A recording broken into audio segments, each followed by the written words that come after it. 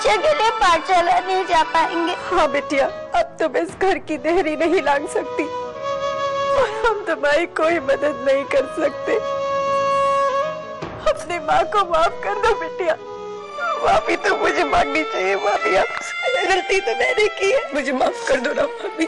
ना, तुम क्यों माफी मांग रही हो? तुम तो भावना की भलाई चाहती थी, उसकी किस्मत में ये लिखा हुआ था इसलिए।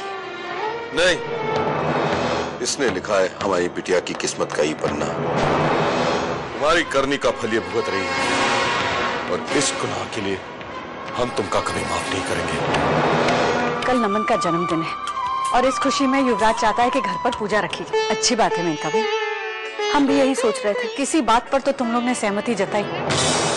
बस मैं इतना चाहती हूँ कि मेरे पोते के जन्मदिन पर तुम लोग कोई बखेड़ा खड़ा ना करो, खासतौर से तुम नियति। छोटी माँ, कुछ नहीं होगा मेनका बहन, अब चिंता मत कीजिए। हाँ सरस्वती दीदी। कब निकल रहे हो तुम लोग?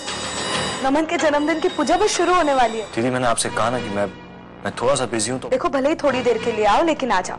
ठीक है, ओके। तुम्हारी बहनों को और कुछ काम नहीं है क्या? सुबह से 4 बार फोन कर चुकी है कि आ जाओ आ जाओ। अरे जब एक बार कह दिया कि बिजी हो तो बार बार फोन करने की क्या जरूरत है? अगर आप बिजी है तो बताइएगा। हमारा बर्थडे बॉय। हैप्पी बर्थडे नमन, हैप्पी बर्थडे। वो देखो पंडित जी आ गए। जय श्री कृष्ण। सबसे पहले सत्यनारायण भगवान की कथा पूरी कर लेते हैं, फिर उसके बाद बच्चे की लंबी उम्र की कामना करते हुए हम भगवान शिव जी के नाम का हवन करेंगे। इत श्री सत्यनारायण भगवान की जय। अब हवन के लिए बच्चे के माता पिता को बुलाइए। अरे युवराज, आगे आओ। आओ ना, आओ बेटा बैठो। बच्चे की माता को भी बुला लीजिए। पंडित जी, बच्चे की कोई माता नहीं है। लेकिन मेनका बहन, नियति नमन की माँ नहीं है सावित्री बहन। मैं नहीं चाहती कि वो इंसान इस पूजा में बैठे जिसने मेरे पोते की जान लेने की कोशिश की। पंडित जी, आप पूजा शुरू कीजिए। इस पूजा में माँ और बाप दोनों का बैठना जरूरी है। ये पूजा जरूर होगी। ये सब क्या नाटक है कचरे?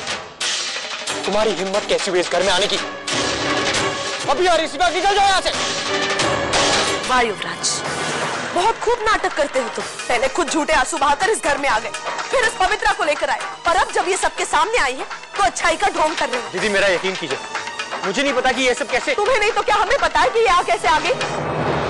देख लिया माँ आपने, ये है आपके घर का चिराग, आपके घर का बेटा। आपके विश्वास का और प्यार का ये सिला दिया है इसने। बड़ी माँ, क्या आपको भी लगता है कि मैंने ऐसा? तुम्हारी करनी सबके सामने आ गई है युवराज। कितने विश्वास और भरोसे से मैं तुम्हें यहाँ लाई थी। तुमने ये साबित कर दिया कि मेरा विश्वास गलत था, मैं गलत थी।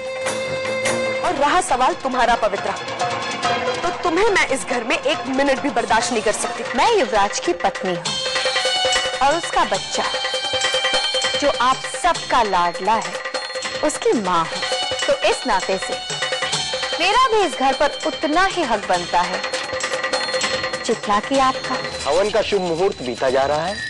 सबसे पहले बच्चे के माता पिता यहाँ कर बैठते हैं। पंडित जी, नमन की असली माँ मैं हूँ। तुम नमन की माँ नहीं हो पवित्रा।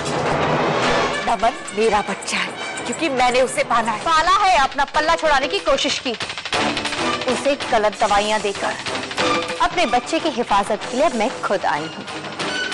शुभ मुहूर्त बीता जा रहा है, इतनी देर न लगाइए। जी पंडित जी। तो मैं खूनी हूँ और इस घर की पूजा में गुनहगार नहीं बैठेगा। गुनहगार मैं हूँ तो आप लोग क्या है? अगर मैं चाहूँ तो मेरे बच्चे की जान को खतरे में डालने के इल्जाम में एक एक को कोर्ट में घसीट सकती हूँ। फिर जेल में मैं नहीं, आप सब लोग होंगे। इसलिए बेहतर यही होगा कि अपना मुंह बंद रखो। तुम्हारे लिए हमारे मुंह तो हमेशा बंद ही रहेंगे और हमारे घर के दरवाजे भी। निकल जाओ यहाँ से।